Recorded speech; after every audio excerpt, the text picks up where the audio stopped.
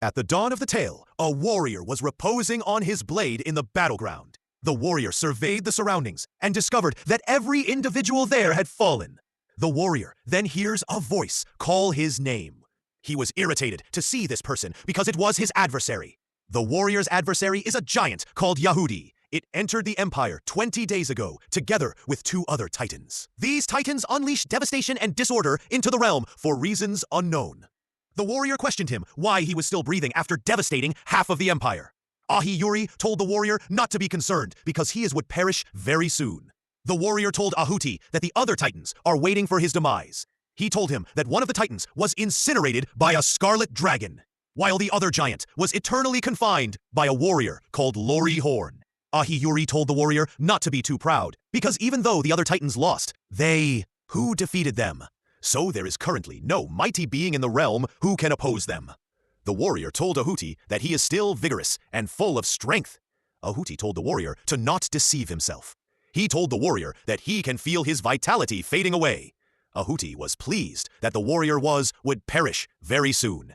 He told the warrior that if he had recognized his talent early and worked diligently, he would have been a formidable obstacle to them. The warrior told Ahuti that he knows he lived a ruined life, so Ahuti does not need to tell him. Ahuti told him to be proud of his accomplishment. He told him that no human could achieve what he did, so he should enjoy his triumph while he still can, because their realm will soon be shrouded by the starlight. After Ari said this, the warrior cut off his head. After cutting off his head, the warrior did his best to press onward. On his way to his objective, he remembered all his comrades who are soldiers just like him. After walking for a while, the warrior saw the corpses of his comrades. He wondered why they had to die to protect their honor. He told them that they should have fled and lived their lives instead. The warrior wondered why he was the only one that was able to fight the titans, because even the strongest swordsman in the Empire was not able to harm them. He believed that his comrades would not have died if he had not been pushed to the front lines to lead the soldiers. While the warrior was thinking, he then hears a voice call his name. He was shocked to hear this person's voice. He did his best to compose himself and move toward the voice he heard. When the warrior reached at his objective, he was shocked to see that his Grand Commander was still breathing. His Grand Commander, whose name is Addison, was alive, but she had lost her arm. Artisan questioned the warrior, whose name is Ronin, if he had successfully killed Ahuti. Ronin said he has. Adeshan was overjoyed to hear this. She even cried. Ronin decided to request a favor. He questioned her if she could tend to the soldiers' dead bodies. Ronin questioned her for this favor because in the Empire, the bodies of soldiers are typically cremated or left behind. Addison was surprised that Ronin questioned her for such a favor. She questioned him why he could not just tend to the soldiers himself, since he is feeling okay. Ronin spat out some blood and told Addison that he is dying. Achan questioned Ronin what he would do if he survived his situation. Ronin told her that he would love to attend the academy. Adesession was shocked. She questioned him why he wanted to go to the academy. Ronin told her that Ahuti said something to him that made him wonder how different his life would have been if he went to the academy. But the main reason Ronin wanted to go the academy was because his late sister's wish was to send him there. Ronin felt bad that he was not able to go, but he was happy that he would soon be reunited with his sister and the rest of the family. Adeshan was sad to hear this. She told Ronin not to lose hope, because a search party will start looking for them after the rain stops. Ronin told her not to say such stupid things, because he was certain that the rain was not going to stop anytime soon. While Ronin was talking, the rain stopped. He and Addison were very surprised to see this. While they were thinking of what to do, the earth began to tremble. When Ronin surveyed the surroundings to see what happened, he saw a being that looked like the titans in the sky. The being bore 8 wings and it had an unnatural form. Together with the mysterious being were over 100 creatures that looked like it ate. Sean could scarcely believe what she was looking at. She assumed that the war would be over. Once they defeated the 3 titans, she began to shake and lose hope. While she was deep in thought, Ronin shouted her name. He told her that she should use her telekinesis to push him up so he can fight against the creatures are. Deshan was surprised to hear this. She could scarcely believe that Ronin still wanted to fight in their situation. Ronin drew his blade and said he has refused to give up until he is dead. Addison was shocked to see that Ronin had not given up. She believed that Ronin could fight against these monsters. She stood up and moved close to Ronin. She moved close to his mouth and put a azure orb inside. Ronin questioned her what she put in his mouth. She moved close to his ear and murmured something to him. After saying what she wanted to say, she implored Ronin to tell her to become a tailor if they meet again. She told him that she has done a lot of things, but she loves being a tailor. Immediately after she said this, the creature with 8 wings used a mysterious vitality to kill them. When Ronin woke up, he called out Adeshin's name, but he did not get any response. When he surveyed the surroundings, he realized that he was back to the village he spent his youth in. He could scarcely believe that he had gone back in time. After returning to the past, Ronin sat down to calmly think of his situation. He remembered that after Addison put the azure orb in his mouth, she told him that it is an orb that allows a voice to travel to the past. It is thanks to this orb that Ishin, a normal tailor, was able to become the Grand Commander. Artisan told Ronin that the orb allows anyone to travel to the past 4 times, but she has used the orb 3 times, so there is only 1 chance left. She told Ronin that he has the capability to fight the Titans, so he has a better chance of halting the Titans' onslaught and saving up humanity. Addison told him that when he returns to the past, he has to hone his capability. She questioned him, attend Phil Leon Academy, because it is known for producing exceptional people. She implored him to tell her that she should become a tailor. She said that she has done a lot of things before, but none of them gave her more delight than being a tailor. After she said this, they were killed. After remembering everything, Ronin still was not sure if he was dreaming. He began to shout and hit a tree. He wondered how he could alter the future if he is alone in the past. While hitting the tree, Ronin realized that he is in the past, which meant that his sister is still alive. He picked up a stick and began to run home. While running through the town, he saw some people bullying a boy. What he did not understand was how the thugs were able to hold the boy on the tree, inverted, without touching him. He realized that the boy was held upside down with sorcery.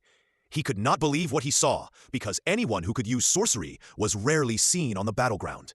And yet, there was a voice like that in the village. At that moment, he realized that a particular mage was actually here in the past. The person that was using the sorcery on the boy felt bad for what he was doing. The boy that was being bullied told the bully that he does not have any money. The boy said that the money he has is for his mother's medicine. The bully told the boy that he does not care about his mother's health. He began to slap and yell at him to bring out more money. The bully told the mage, whose name is Acel, to raise the boy to the top of the tree. Acel said that he can't raise the boy to the top of the tree because if he makes a mistake, the boy can fall and die. The bully told Acel that he will put him on tree if he disobey him. Acel was terrified to hear this. He did not know why such a thing was happening to him. He learned sorcery because he wanted to show people that he is also good at something. He was very scared and did not know what to do. While he was thinking of what to do, Ronin used his wooden staff to hit him. Immediately, Ronin hit him. Acel lost control and the boy fell to the ground. Ronin told him to stop because he might accidentally kill the boy. The bully was angry that Acel stopped. He questioned Acel why he would disrespect him. Acel was about to reply, but Ronin interrupted him. He questioned Acel where he learned telekinesis sorcery from. Acel told him that he learned it from a spellbook he bought from a peddler. Ronin was surprised to hear this. He could not believe that Acel was already quite good, even though he learned from a cheap spellbook. The bully got angry that Ronin and Acel were ignoring him. He drew his blade and rushed to onslaught Ronin. Ronin wondered where a boy like him could get a real blade. He was disappointed to see the bully rush to onslaught him because his stance was bad. He easily evaded the onslaught. The bully was shocked to see this. This was not very shocking to Ronin, because even if he returned back to the past, the battle sense which was instilled in him as a soldier will always be with him. The bully told Ronin that he was lucky to dodge his onslaught. He told him to get on his knees and beg for his life while he still can. He told him that he is going to slay him and tend to his sister. Ronin was shocked when he heard the bully mention his sister. The bully said that he has always dreamt of sleeping with Ronin's sister. When Ronin heard this, he used his wooden blade to slice off the bully's ear. The boy screamed in pain. Ronan moved close to him and told him not to mention his sister's name unless he wants to die. The other thugs could not believe what they saw. Ronan was using the same wooden staff just like them, and yet he was able to cut a voice's ear off. Ronan told them to leave the money they stole from the boy they bullied and to drop some extra cash for ruining his mood. After collecting the money, Ronan gave it to the boy. The boy told Ronan that the money he received is more than what they took from him. Ronan told the boy that all he wants is the blade, and he has no need for the money. While the boy was thanking Ronan for what he had done, Acel pulled himself together and apologized to the boy. He said that he was very scared of the bully, so he had no choice but to do what he wanted. The boy told himself to not apologize. He understood that Acel was being threatened by the bully. After thanking Ronan, the boy left. Ronan was pleased that Acel was not a bully. He told Acel that he has something he wants to do with him. So Acel is to meet him in 4 days' time. He told Acel not to run away because if he finds him, he will beat him up. After saying this to Acel, Ronan ran to his house. When he reached there, he gathered some flowers for his sister because she loves them a lot. He decided to throw the flowers away because he thought that it was a little stupid. As he was about to walk away, he then heard his sister come out of the house. When Ronan was a soldier, he always thought about what he would do if he ever meets his sister again. He wondered if he should have apologized for leaving her, or if he should tell her that he missed her. The only thing Ronan could do when he saw her was smile. When Ronan entered the house, his elder sister IRL was admiring the flowers he got for her. She cooked Ronan a lot of food to show her gratitude. After eating, Ronan questioned his sister how old she is this year. IRL said that she is 22 years old. Ronan was pleased to hear this because if his sister is 22, that means he has 10 years to prepare to fight the mysterious creatures. Iro was shocked that Ronan questioned her for her age. She touched his head to check if he is sick. Ronan was happy that he had such a sweet and kind sister. He decided to do anything to protect her. Ronan told his sister that he wants to attend an academy. Iro was pleased to hear this. She questioned Ronan if he was joking because she had always wanted him to go to an academy, but he always declined her offer. Ronan said he is serious about it. After Israel heard this, she searched the house and brought out a large jar. When Ronan looked inside the pot, he saw a lot of money there. Ronan questioned IRL why she has such a large sum of coin. IRL said that she has been saving up her money in secret so that she would be able to afford sending Ronan to an academy. Ronan thanked Israel for her support. He told her that the money she has won't be enough to enroll him in the academy he wants to attend. IRL questioned Ronan. Which academy does he want to attend? Ronan said he wants to attend the Phil Leon Academy. IRL was surprised to hear this. She screamed in disbelief. Philion Academy is an institution that represents the realm. It is the best educational institution in the realm. It has the most outstanding professors in the continent, and it is funded by the imperial family. It is prestigious enough to be called the Factory of Heroes. It produced many amazing people like Grand Commander Aeson, Swordmaster Shulafin de Gracia, and the Winter Witch. The institution is very hard to get into. Even Irel was not sure if Ronan was good enough to attend. After walking for a while, Ronan reached his destination. When he got there, he was astonished to see that Acel actually came to meet him. Ronan informed Acel that he wants to check something important with him. He informed Acel to use his telekinesis to lift him up. Acel was shocked that Ronan would ask him for such a strange request. He informed Ronan that he does not want to do such a dangerous thing. Ronan informed him not to worry and do as he's informed. Acel used telekinesis to raise Ronan up. Ronan was shocked by how high Acel could take him, while Acel's sorcery was not as powerful as the sorcery used on Ronan when he fought a Hayut. Ronan knew that Acel's telekinesis is important because it was what allowed him to battle a Hayut on equal grounds. He knew that telekinesis is a rare sorcery that most mages do not have. So he considered Acel to be the most important element in his battle against the giants. After holding Ronan up for a while, Acel began to lose control. Ronan informed him to hold on for a minute because he wants to test something. He brought out his sword and swung it in the air. Immediately he did this, he landed on the ground. Acel was shocked to see this because he did not lose control, and yet Ronan landed on the ground. He was astonished that Ronan cut his magical energy. Called Mana, Acel queried Ronin how he was able to do it. Ronin hit Acel's head and informed him not to ask about it. Even when Ronin was a soldier, he did not know how he was able to do things. He aims to understand his ability better in this life. After putting his sword away, Ronin gave Acel his bag and informed him to follow him because he's about to do something that is going to be on the first page of his biography, which he calls the Realm's History Book.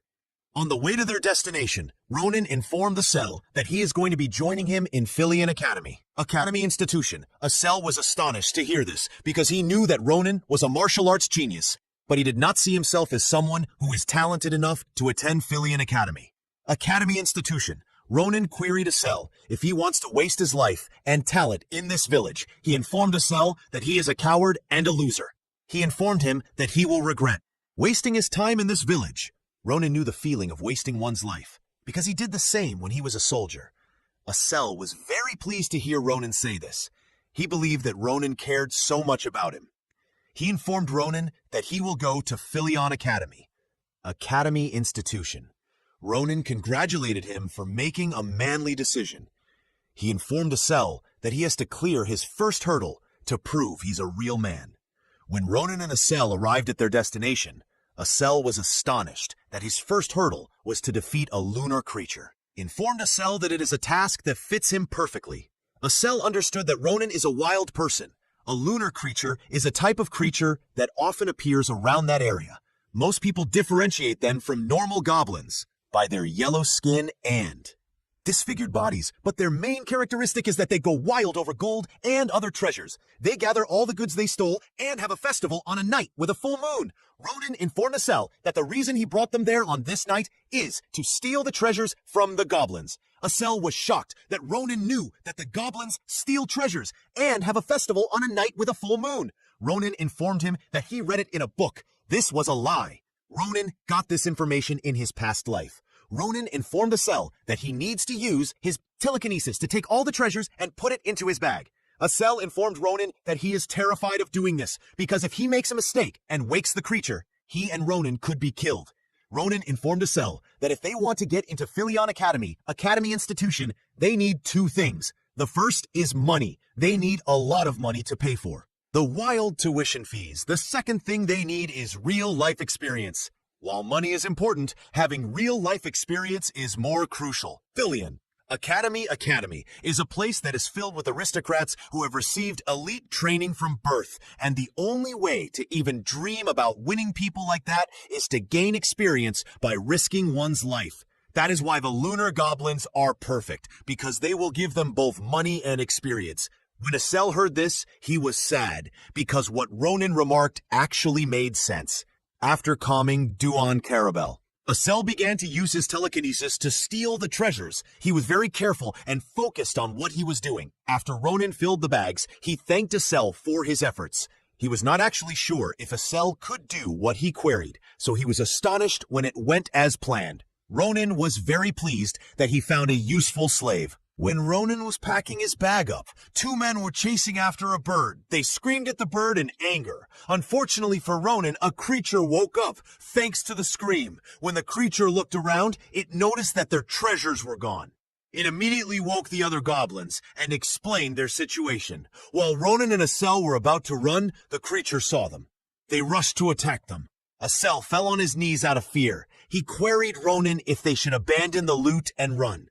Ronin informed him to hold on to the loot because they need it for their tuition. As the goblins were moving close to them, Ronin brought out his sword to check its weight and its hardness. He knew that with the quality of the sword he had, he could only attack 15 times before the sword becomes useless. This was an issue because there are 30 goblins, but Ronin believed that 15 attacks would be enough. When he first swung his sword, he cut the heads of 3 goblins. Acel could not believe what he saw. Ronin killed the first 3 goblins in one strike. Then he attacked the other goblins at a wild speed that made him look like he disappeared. After handling the goblins, Ronin informed Acel to get up because they need to return home. On their way home, Ronin felt some pain in his shoulders. He could not believe that his muscles would be sore after he sliced some goblins. He realized that it is probably because his body is still growing. He decided that he needs to do a lot of physical training when he returns to his house. Acel queried Ronan, who he thinks made the loud noise that woke the goblins. Ronan remarked that he does not know who it is, but he will beat up the person if he ever meets them. While Ronan and Acel were walking, someone shot an arrow at Acel. Luckily for Acel, Ronan caught the arrow. Acel was astonished to see this. He wondered where the arrow came from. While he and Ronan were discussing, the two men who screamed at the bird and tried to shoot Acel came to meet them. They apologized for shooting at them. They queried them what children like them were doing there at night. Ronan was very furious that they called him a child. They looked at Ronan's bag and saw the treasures. They were pleased to see this. They apologized to Ronan and Acel again. Ronan informed them to stop their fake apologies. He queried them who they are. The man brought out a knife and attacked Ronan. He informed Ronan that their group's name is Calboro Guild. When Ronan heard the name of their group, he took the knife away from the man and used it to stab him. When the man's friend saw this, he rushed to attack Ronan, but he is stopped by Acel, who uses a skill called Invisible Hand to hold him. Duan Carabel. Ronan thanked Acel for saving him. He took the man's knife and used it to tear him apart. Acel was shocked to see this. He queried Ronan if he killed the man. Ronan informed him that he will slay anyone that tries to slay him. He remarked that this men deserved what they got because the group which this people belong to is responsible for a lot of evil. They commit crimes like poaching, kidnapping, and human trafficking. They are known as the realm's worst poaching group. Ronan informed Acel that this men were going to steal their treasures and harvest their organs. While clearing the bodies, Ronan and Acel see the men's bag move. When they opened it, a bird came out of it. Ronan was shocked to see the bird because it had blue feathers. When he looked at the bird's legs, he saw a chain on it.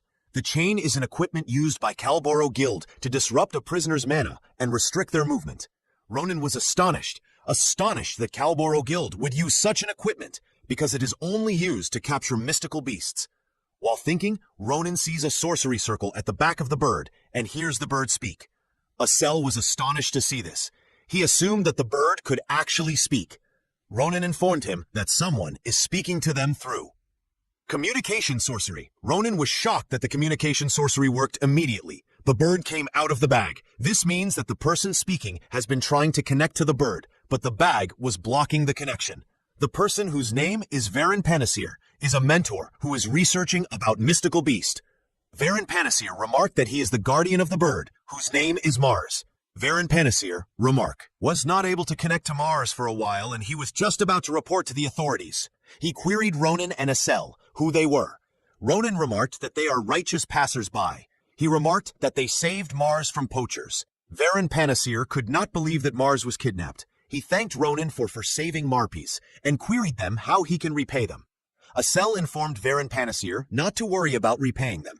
He queried Varen Panacir how Mars is going to return back to him because he looks exhausted from being chained up. Ronan queried Varen Panacir if Mars will be able to fly well once he cuts the chain. Varen Panacir remarked that he will. After Varen Panacir remarked this, Ronan broke Mars's chains in one strike. He informed Mars to return home. When Mars heard this, he saw Ronan as a shining hero. He shoved his ass in Ronan's face. Varen Panacir informed Ronan that Mars wants to see him again, and because of this, he wants him to pluck one of his feathers. He informed Ronan that a dream bird like Mars, Dream Bird, can use its feather as a compass to the main body. He informed Ronan that he will repay him when he comes to his institution. After saying this, Mars, Dream Bird flew away. After Mars, Dream Bird flew away, Ronan saw something on his hand. A few days later, Ronan took the treasures he obtained to a merchant called Duan Carabel. Duan Carabel is the owner of the Carabel merchantry. Duan Carabel was pleased to meet a customer like Ronan because he brought a lot of valuable things. Ronan was also pleased to meet a merchant like Duan Carabel because he appreciated the items he brought. The other merchants were doing their best to scam Ronan, but Duan Carabel was honest with him. Ronan queried Duan Carabel if he could help him appraise an item. Ronan brought out an odd-looking egg and gave it to Duan Carabel. Ronan first thought that the egg was poop. He was furious that Mars, the dream bird, would do such a thing to him. He threw the egg on a boulder. The egg completely crushed the boulder. That is why Ronan wants to know what type of egg it is. After taking a close look at the egg, Duan Carabel thought that the egg was horse poop. Ronan was astonished to hear this. He took the egg from the man and decided to keep it for later. Ronan queried Duan Carabel if he sold books about Filian Academy. Academy Institution. He informed Duan Carabel that they are applying to Filian Academy, Academy Institution, and they need books to read. Duan Carabel was pleased to hear this. Because his daughter is also applying to the institution, he introduced them to his daughter Maria Sen Carabel. Ronan was astonished to see Maria Sen Carabel. Duan Carabel informed Maria Sen Carabel that Ronan and Acel are important people who he just closed a deal with. Maria Sen Carabel was astonished to hear this. She could not believe that kids like them just made a deal with her father. Duan Carabel apologized to Ronan in a cell that his daughter called them kids. Ronan walked up to Maria Sen Carabel. He queried her if her middle name is Sun. Maria Sen Carabel remarked that it is. Ronan was astonished to hear this. He could not believe that Maria Sen Carabel looked so similar to someone he knew in his past life. Ronan was confused because the Maria Sen Carabel he knew was a man. He moved close to Maria Sen Carabel's ear and queried her if she has a penis. Okay, back to where it was. Not a word. Forostia says. As confusion flickered, Maria was shocked that Ronan would ask her such a question. She slapped his face with a lot of strength. When Ronan felt the slap, he was sure that the only person that could slap him like this is his own Maria in his past life. Ronan worked as a disciplinary soldier in a place called Aralan. The Maria he knew was in charge of supplies at Armand. Maria was an easygoing person who got along with everyone. But when the soldiers talk about penis, Maria always got furious and always slapped the people around her. Roman had always been curious about why Maria behaved like that. Wanted to ask Maria about the issue, but he never got the chance because Maria died. Ronan was pleased to find out that the reason Maria always acted like that was because she is a girl. Maria thought that Ronan was laughing at her. She decided to hit him again, but Ronan stopped her strike and he hit her on her head and informed her not to hit him again. He informed her that he only allowed her to hit him because he queried a foolish question. Maria was annoyed to hear this. She used her head to hit Ronan's chin. Immediately, she did this. She and Ronan began to battle. After they calmed down, Ronan and Maria began to talk like they were friends. Acel was shocked to see this. He thought that they were insane. Maria brought a sword called the Black Iron Sword. She informed Ronan that the Black Iron Sword is an amazing sword that even knights want to buy. Ronan informed her that he fights in a rough manner, and so he needs a sword that does not break easily. Maria assured him that the Black Iron Sword is the best for him. Ronan was pleased to receive the sword because it was the same one he used in his past life. After giving Ronan his weapon, she queried, "Tell what kind of sorcery does he use?" Acel informed her that he uses telekinesis. Mario was shocked to hear this. She informed Acel that if he performs well on his test, he could be given a scholarship. Acel was very pleased to hear this. Mario was sure that she did not need to worry about Acel. She decided to focus on Ronan. She queried him about the technique he is going to present to the judges on the day of the test. She informed Ronan that if he wants to enter Phil Leon Institution, he needs to impress the judges with an amazing technique. The Academy also has a written exam, which is difficult, but it is not as difficult as the practical one. The practical exam is very important, to the extent that if one performs well in it, they could still enter the institution, even if they have a low grade. In the written exam, Ronan queried Maria about the technique he needs to demonstrate. Maria informed him that most nobles usually demonstrate their family secret techniques, but normal martial arts applicant usually demonstrate their personal mana fighting techniques. Ronan was astonished to hear this. He queried Maria if it is possible for martial artists to use mana even though they're not mages. Mario was shocked to hear this question. She informed Ronan that anyone who wants to join Phil Leon Institution would have to have been able to bid, since their own mana, and be able to use that mana in combat. She believed that this information was known by everyone, and yet Ronan was looking at her like she was wild. Ronan queried her if sensing mana is similar to sensing aura. Mario was shocked to hear this. She could not believe that someone like Ronan wanted to enter Phil Leon Institution. Ronan informed her not to worry. He remarked that it might be something he already knows. Maria stood up and queried Ronan to join her outside. She took 2 short swords that belonged to Ronan. Ronan queried her to leave the swords. He queried her what she would do if she damages them. Maria informed him that she will give him triple the money he used to buy the swords. She informed him to get up immediately because she wants to give him some special training.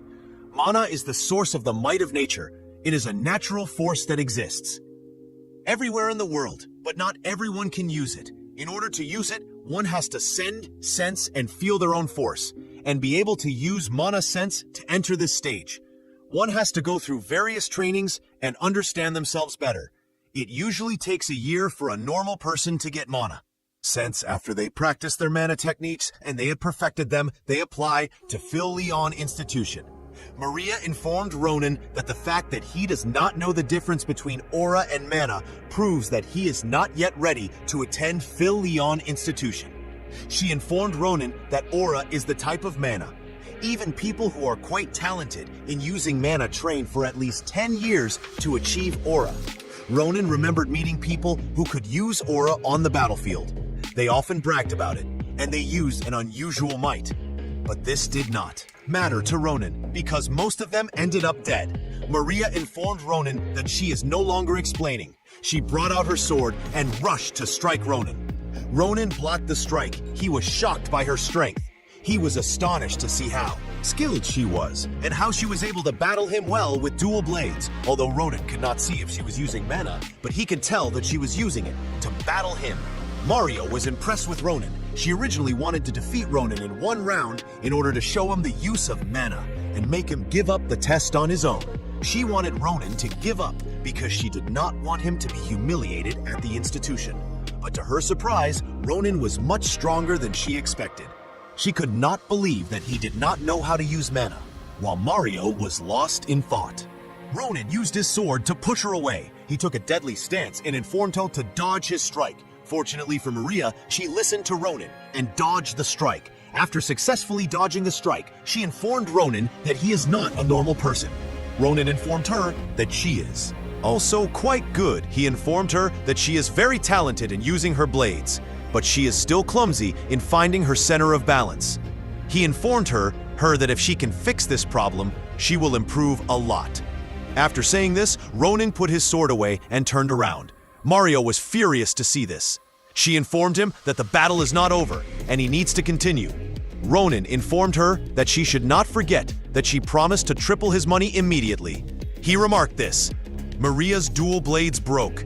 Maria was extremely shocked to see this. Azel informed her not to worry, like he never expected her to win Ronan. After saying this, he left with Ronan.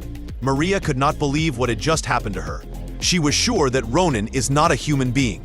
The next day, Maria gave Ronan and Ale some books and some materials. She informed them that these are books which she personally summarized. Ronan queried her what they are for. Maria was astonished to hear this. She informed Ronan that he and AEL need the books because the test is in a month's time. Ronan informed her that the books are too much. He brought out his sword and queried her if she is trying to rip him off. Maria informed Ronan that she is giving them because she has come to like them, and she wishes that they can enter Phil Leon Institution together. She also informed him that the books are free immediately. Ronan heard this, he put his sword away. She informed him that she would love to teach them herself, but their group has to move away to another place. She informed them to work hard and study a lot so she can see them at the institution. Ronan informed her not to worry and focus on herself. After saying this to her, Maria got on the carriage. She informed them that she will see them on the test day and they should not lose her books.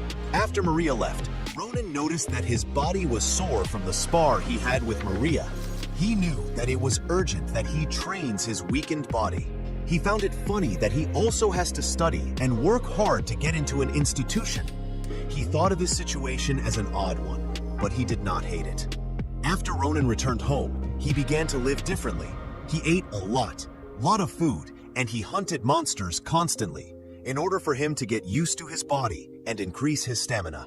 Eventually killed all the monsters in the village. At night, Ronan did his best to study. He never imagined he would do something like this in his past life. Ronan continued this routine until a month passed and it was finally the day 4. The test. When Assel saw Phil Leon Institution, he could not believe that such a structure existed because the institution was like a mini city. Ronan informed him to stop staring because he looks like a country bumpkin. Assel was about to apologize when he noticed something about Ronan. He informed Ronan that his body has gotten bigger in just a month. Ronan informed him to not focus on stupid things like that. Instead, he should enter the institution for the test. While walking, Ronan realized that someone important would also be partaking in this test. That person is the Sword Sage Shalon, the strongest man in the Empire. He's representing the renowned swordsmanship clan called Grania. Ronan is sure that he will meet him, because Shalon is the same age as him, and so he should be taking the test too.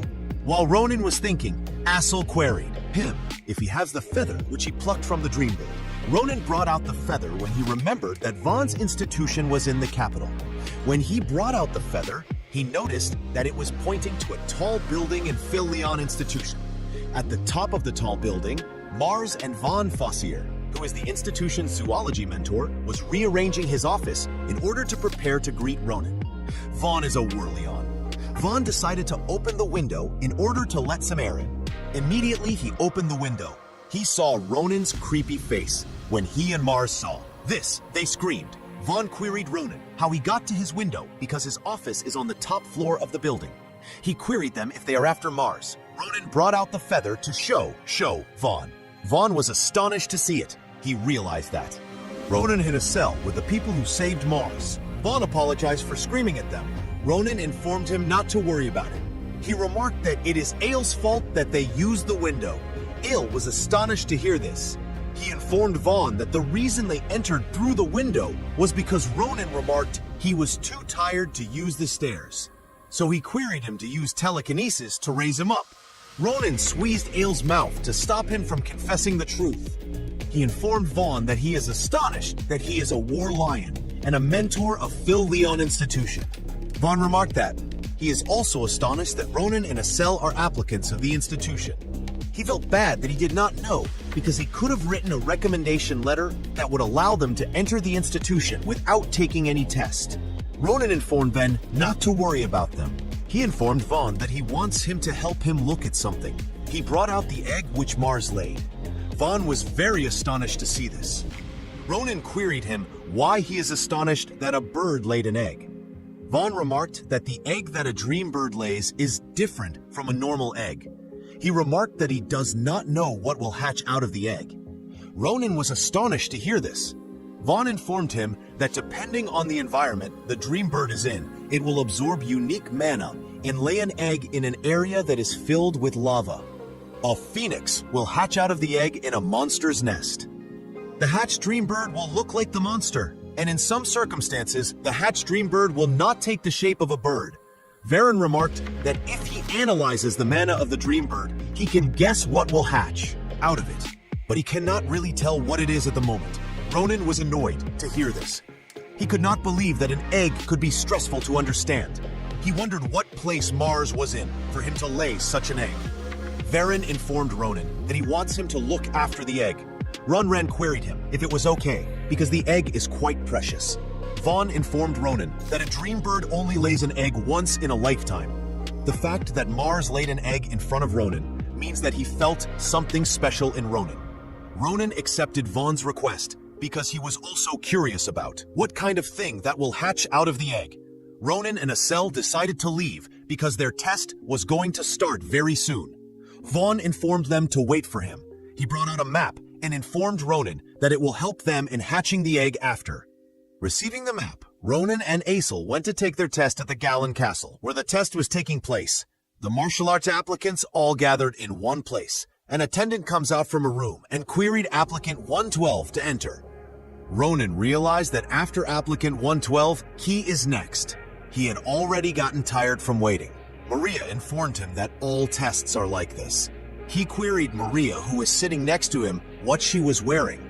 Maria informed him that Phil Leon Institution is an institution which all nobles attend. She remarked that she wants to present herself well in case they become her customers in future. While Ronan and Maria were discussing, applicant 112 came out of the room, and applicant 113, which as Ronan, was queried to step in. Maria informed Ronan to not be nervous. She informed him to do his best. Ronan informed her not to worry, because nothing is going to happen. When Ronan stepped in, he was shocked by the air around the professors. Each one of them was extraordinary, especially the old man in the middle, who is the institution's headmaster and an archmage. His name is Krava Kraer. Ronan was also shocked by the force the swordsmanship instructor possessed. This woman's name is Navy Rose, and she is called the Grand Sword Saint. After Ronin introduced himself, he was queried to battle a magically engineered dummy. Queried about the technique he is going to show them, Ronin informed them that he is only going to use a fast cut. The professors were shocked that Ronin was going to use a simple cut without any mana. They thought he was an idiot because the dummy had enough defensive ability to block an aura user, and it has a very fast regeneration ability. The professors believed Ronin was stupid because even Shaolin was barely able to scratch the dummy. Kra could not believe that the professors were being rude to Ronin in front of him. He decided to ignore them. When he looked at Ronin, he was shocked. He could not believe that someone could possess such vigor at a young age. The moment Ronin unsheathed his sword, he slashed the dummy. Neos was astonished to see this. After the strike, Ronin put his sword away. The professors laughed at Ronin. They could not believe that he only has a sword. Showed them one cut. One of the professors queried Kra how he wanted to grade Ronin, but Kra was not listening because he was shocked by what Ronin did. While Kra was looking at Ronin, Nab Rose picked up her sword and attacked Ronin. She queried him where he learned his swordsmanship. As the echoes of Ronin's blade fade into silence, destiny sharpens its edge once more. The true test begins, not on the battlefield, but within the heart of the Academy.